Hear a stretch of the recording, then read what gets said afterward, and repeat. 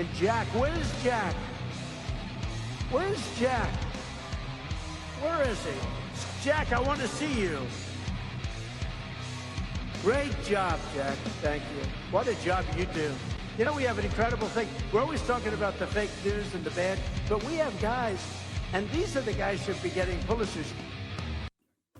All right, Jack Posobiec back live, Human Events Daily, Real America's Voice. Folks, let's face it, your phone is a tracking device. Government agencies, big tech, corporate data brokers, even cyber criminals, they're all fighting for a piece of your digital footprint. And they don't ask, they just take it.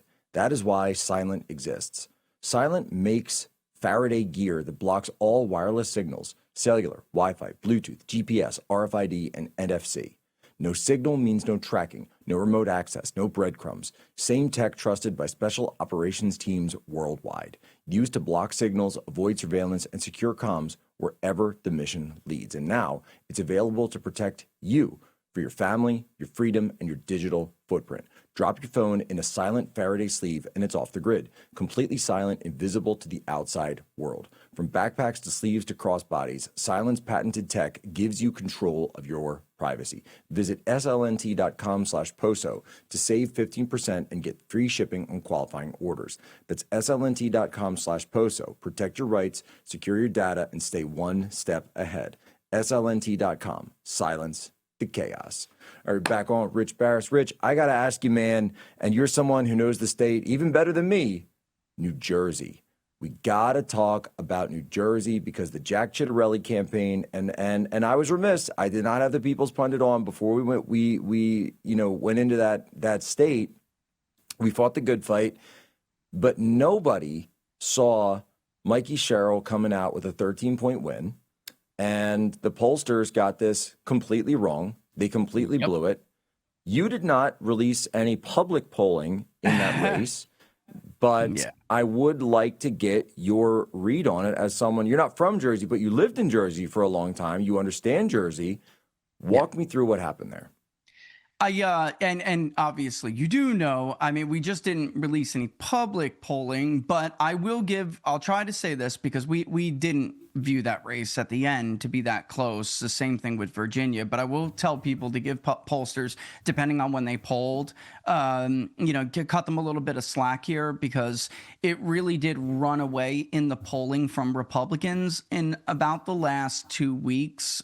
So if somebody had polled a little bit before that, it could have been, if you got like a Sherrill +6 or closer, it's justifiable. But it got away. And New Jersey, the Garden State, which I still have a lot of love for, this is a great example of the voters that you and I were just talking about, specifically, not so much even on the younger side. Of course, that matters too, but definitely more on the non-white side of the new MAGA coalition. Donald Trump made that state 5 points, Jack, and it's a remarkable, almost Herculean task when you consider that New Jersey was one of only 2 states, along with Hawaii, in 2012 to vote more for Barack Obama than it did in 2008. And for people who don't know or don't remember, Barack Obama won in 2012 by a much narrower margin than he won in 2008. And he became the first president ever to be reelected by a smaller margin than when he was first elected. He has the dubious distinction in history for that. But New Jersey actually voted more. Well, and by the way, Rich, I was talking about that, and I was talking about how Biden won by a much wider margin than Obama won in 2012. Yeah. And that's how much of an impact the new America First movement in that led up to 24 had, Jack, not only on New Jersey, but literally everywhere around the country. And before, maybe we didn't talk about it before this election, but before 24, you and I did speak about this. I went to northern New Jersey and New York with my wife. We were there to see her cousin get married. And we were in a lot of the parts of the state, Passaic, where there's heavily non-white population. You could see the Trump supporters everywhere. And I'm not talking about Appalachian working class Trump supporters. These were non-whites, multiracial, multi-religious affiliations. It was incredible finding any spot in where there's grass in some of the areas in northern Jersey with crazy, dangerous U-turns, still out there packed in and holding signs, not because it was a rally, but because they were just there to show their support for Donald Trump. Yet many of them would still have the Democratic, candidates' lawn signs right next to signs that said Trump or bust voters. So when I stressed after the election that you could, if you're the Republican Party, you could assault the Mid-Atlantic, but it requires something new. And that's not what we saw in New Jersey. For instance, let's get to the heart of it. So there's a lot of things that went wrong for Republicans in New Jersey. Let's get to the heart of some of them. The prevailing view among people who were most involved or helping Jack Ciattarelli in the campaign, the prevailing view is that, keep the president out of here because he's going to drive up Democratic turnout. That, when I hear things like that 10 years into this movement, it's so frustrating, and I just find myself and by the way, Rich, head. I have to say it, the people who were pushing that were the Chris Christie people.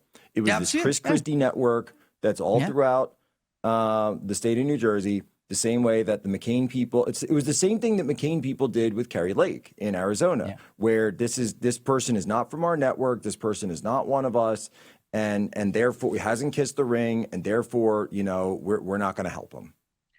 And also, they really do believe that nonsense, Jack. And that's when I hear it, it tells me that there's still too many Republican consultants, whether they mean well or not. There's who think stale. Their thinking is stale, and they don't understand. Forget about any of the intricacies. They don't understand the basics of the realignment that they needed to complete. And the truth is, why am I saying that?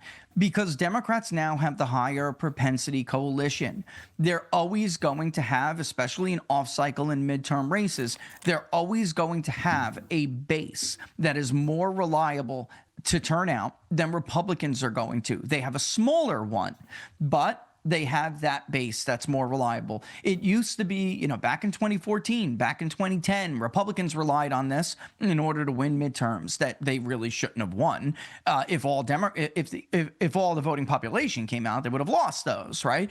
And Republicans have yet to come to grips with this. And the idea that you're somehow going to juice turnout more among the Democratic base because Donald Trump is out there is just ignorant. It means you don't understand this new world. It is a new world. It is a new coalition, and it's because of the realignment.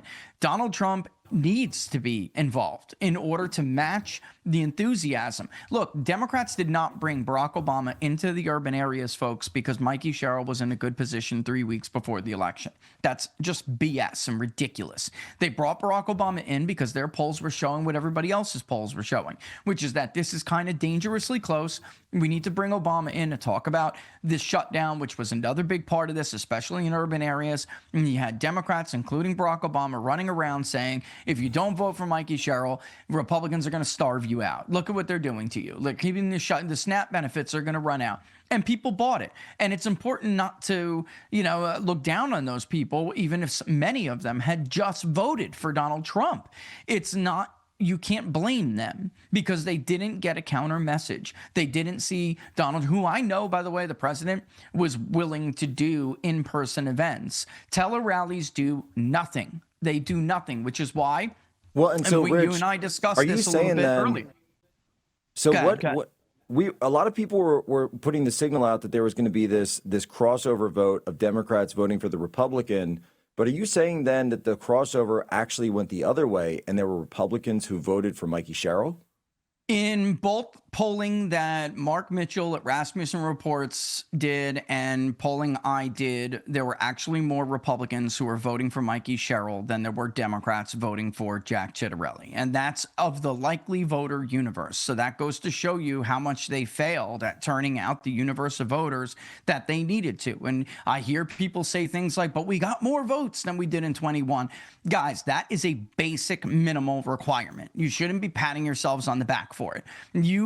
Unless you know anybody else other than Donald Trump, who could go to Wildwood, New Jersey and draw a crowd of 100,000 people, then knock yourselves out.